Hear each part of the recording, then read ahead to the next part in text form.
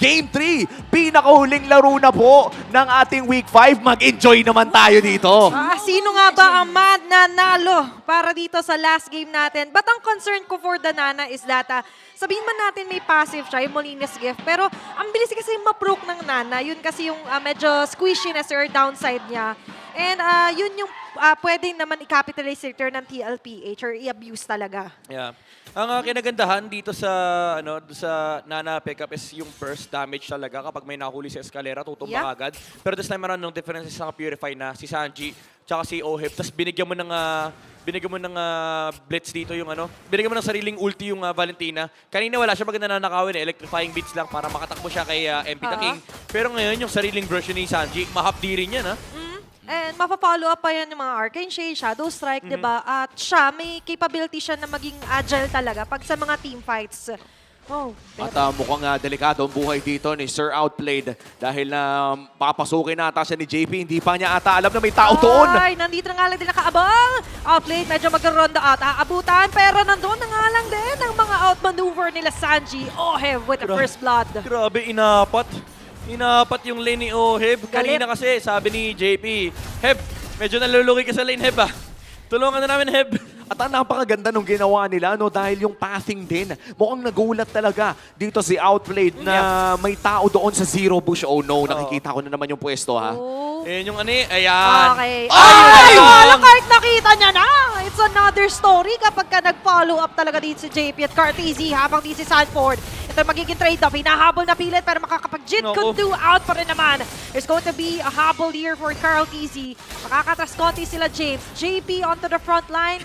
Nagdi-disperse muna dito ang members ng Twisted Minds. Ito yung mga rotation sa jungle pag nangyari sa'yo, ayaw mo nang laruin yung game Grabe. Yung nadoblehan ka sa gold lane, tapos ngayon tingnan mo, inaambahan ng XP laner. Okay, mali yung angulo. Mali yung angulo. Pero yung ganyan, pre, kung ikaw yung Granger, bad trip ka na Medyo, tumatlo pa! At nandito na nga lang sila Escalera. Mara-reach man sila JP. Pero still, medyo hefty naging damage doon. Although that's a turtle for Twisted Minds, 3 kills yun. Oo, 3 kills consecutive. Kumbaga kung may win streak yung Aurora na 8-0 ka dapat, ito 3-0 within the first 3 minutes. Oh, basag pa yung Tore. Ang bigat nun. Basag na yung Torres sa top lane. And ngayon, road to 1-3 si Outplayed. Ayaw niya naman magtuloy-tuloy yung streak. Gusto naman niya mabasag. Pero ang problema, ang dami ng access ng TLPH sa jungle ng Twisted Minds. Kasi makapipilitan sila Escalera dito na yung problem ng TLPH yung game number 1, sa kanila naman mapupunta. Full defense ka, lalo pre-5 minutes pa. Kailangan pa ng bantayan yung mga jungle creeps dito ni MP the King. Okay, kakasabi pa nga lang din natin. Nandun ang Valor Film with a spatial migration here for Escalera. Hindi magiging enough to instantly tore down members of TLPH, but instead ngayon ay tila ba nabubuli sila sa sarili ng jungle. Napakabilis ng pacing ng Cavalry. 2.5k gold lead agad. Papasok pa lamang tayo ng 4 na minuto. At mukhang napakasaya ni Oheb at ni JP. 2-0-1 na agad si Oheb at mukhang nakakakalat na agad siya sa loob ng ating mapa. At ang maganda nito ay parang doble-doble na ng lane ng kanyang mga napafarm. So, ang next na titignan na rito ng TLPH is yung hayaan nilang mag-snowball dito si Oheb tapos i-pressure yung middle lane. And may hirapan dito yung Twisted Minds na sumagot kasi technically speaking naka-Joy sila. Ang gusto mangyari ng Joy dito is medyo naka-split yung kanyang mapa kung saan nasa kabila yung kanyang mga kampe and hindi siya tutulo, kukuha lang ng farm. Pero baka mapaaga yung responde niya sa TLPH kasi hindi rin naman nila pwedeng hayaan naman pressure dito yung Team Liquid. Lalo pat hawak nila dito yung Harith. Oo, and meron palang kakaiba pa na first na game pala ito ni Hajizi in his MPLPH career. Grabe, 68 unique heroes na po ang nalaro ni Hajizi. The most among all players in the league's history. What an achievement for the KDA machine. The former all-around agent na ang dami ng nilaro. Nagtataka ako kung hindi kasi dati iba role niyan naging gold lane, naging jungle. Well, wala pang gold lane dati. Naging mage, naging jungle, naging mid, naging roam. Kulang na lang mag-XP. May panel pa nung mga panahon na yun. Pero sa ngayon ay medyo sila yung nagda-downfall dahil nga may isa pa naman ejector! Mahuli na nga lang dito sila Jason. Makakatakas pa rin naman. Spatial migration out for Escalera. At yung purple buff ay mukhang mananakaw pa nga. Na-retry ni Cartezy ang purple na yon at mukhang kailangan dumepensa dito na wow! Sanford from the back! At may isa pa masisipa si James na hindi na nga lang yata makakaligtas pero makakapag-dash out pa rin naman. Escalera on the other hand, just trying to box them out. But still, that was a very close call kahit kay James na makunat. Nag-flicker si Sanford para sa Torre. Oo, nagka-flickeran sila. Actually, nung hinagi si JP dito, yung target Ah. niya, si Sanji yung nag-violent sino requiem ba yun? kanina. Grabe, no? Si Sanji yung nag-violent Sanji- requiem. Oo. Dahil nga sa sobrang dami ng mga pangyayari, TLPH ngayon, mas minamaximize sila na sila nga yun nasa top when it comes to the scoreboard and even sa gold. Grabe, sobrang delayed si MP. 5 minute yung ano niya. 5 minute 40 seconds niya nabuo yung Starium site. Sobrang behind ng mga cores dito ng Twisted Minds. Halata naman sa gold date, 4.75k. Almost 5k na yung kalamangan ng TLPH dito. And ngayon, kakatawid lang natin ang 5-minute mark. Dito pala nagiging greedy yung mga junglers. At grabe, no, nakita din natin na halos lahat ng mga miyembro ng TLPH ay mas mayaman sa Twisted Minds. Nakita natin yan, hatid ng BPI. At mukhang 6 minutes in, mukhang TLPH, as you said, midnight, ay talagang nagiging greedy na yung mga junglers. At napaka-greedy din ang pagpasok dito kay Outplayed, ha? Okay, makikita naman dito sa JP Escalera na force na agad yung Vial of Requiem. Habang sila Sanford, they know they have the luxury na gumawa ng ganito na kahit mag-extend sila, hindi sila basta-basta mapapatay. Grabe to, wala nang ibang gagawin niya. Kasi yung course niya, sila na nag-farm eh. So wala siya i-clear na wave, nagiging secondary roam na yung mga XP laners natin. And si Sanford, yung kanyang pag-zone dito, ang laking impact niya kasi walang ibang pupuntahan yung Twisted Minds. Parang nagpapakasaya na lang si Sanford dun sa likod. It's extremely hard. Napakahirap pong patayin ng isang Cho, especially no kung napakataas ng kanyang HP. At nagbibigay ng vision si Sanford. At dahil nga napakalalim ng mga miyembro ng Twisted Minds sa loob ng kanilang base, ay libre nang makukuha ng TLPH ang second turtle of the game. No, third turtle of the game. Ang pangalawa na nila sa larong ito. Medyo raid boss, honestly.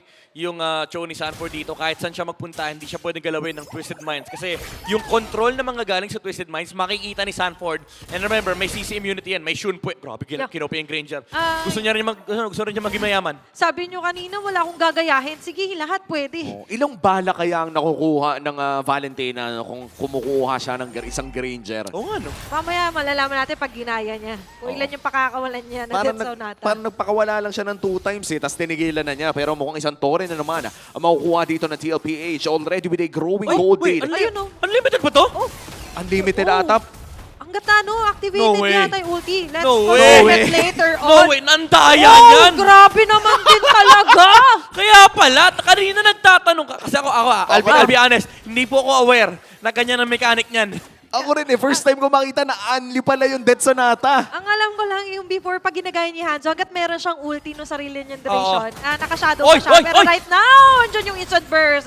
Ang sakit ng mga muli na blitz. Papapasok si Sanford, masisipa palabas dito si James. Ang uhuli, babagsakan ng langit at lupa. At nandun ang ganda nito nila Escalera. Kaso nga lang yung damage ang hindi magiging sapat. Mukhang sila pa ang mababawasan. Grabe si Sanford, kinain niya lahat, buhay pa rin siya. Apex Predator talaga. Hindi sapat yung pinakain sa kanya ng Twisted Minds. Mukhang yung ulam may nauubusan na dito si James. May pumutok na rin yung blessings doon sa may bandang top lane. At yung mid lane pa ang susunod nila. Wala pa nga itong Lord Push pero grabe na yung pressure na inalalatag dito ng TLPH. Pero mukhang magbaback na muna ang Cavalry. Maghahanda na para sa pinakaunang malaking objective ng larong ito. Silip muna sa Infinix in-game equipment. Papunta na ng Blade of Despair si Carl TZ. Napakasakit na nung damage output ng Suyo at pati na rin nung Harith. And si Sanji rito, nag-e-enjoy na lang kakakuha ng skills. Nakakatatlong na magkakaibang ultimate na siya. Actually, medyo pinagsisiyan niya nung kinuha niya yung Nana kanina eh. Kasi ang taas ng cooldown eh. Yung Granger ata, wala eh. Pagkatapos mo makancel, pwede ka kumuha ulit. Parang Lucas lang pala, Parang no? Lucas lang. Grabe. Nakahanap na naman ng sa mga mag-a-RG dyan ha. Yung mga gagamit ng Valentina dyan, relax lang. Disclaimer. Pawang professional ang gumagawa nito dito. Hintayin niyang mag-live si Burrito. Yan, diyan kayo maglaro RG. Diyan kayo magtanong at dyan yung ipakita. Yeah. At paranas nyo kay Burrito, yung mga ganong klaseng laruan. Tapos sasabihin ni Burrito sa live niya, boss, pwede pala yun, boss. Antayin nyo mamaya. Malamang nanonood to si Burrito sa kanyang restream. 10k gold lead by the way para dito sa TLPH. Wala pa pong 10 minuto. Hinihintay nila yung Lord na dumating at grabe na nga yung pinapakita Grabe, dito oh. si Anford. Grabe. May moves na. Grabe no, nag-domino effect kasi yung nagawa nila doon kay Outplayed na nag-disrupt yung buong ecosystem ng Twisted Minds. Oo, sila yung na-twist basically na pwede pala yung ganitong MLBB. And si Sanford, nagpa-practice na lang ng kanyang taekwondo moves. Oo, may wave clear naman ata importante Jeet ito Kune Do ng pala. Twisted Minds. Yung Jeet Kune Do, may flicker pa. Si Sanford, kailangan mag-iingat dito. JP? ando ng conceal play. Pero amba pa rin naman dito ang mga members ng Twisted Minds just trying to defend for their turret. Aabante, nandun ang Kaldag. Hair from the front! Just Wow! go for the Salmon Force, Synchrovision, at nandun na nga lang din lahat ng mga Chrono Dashes.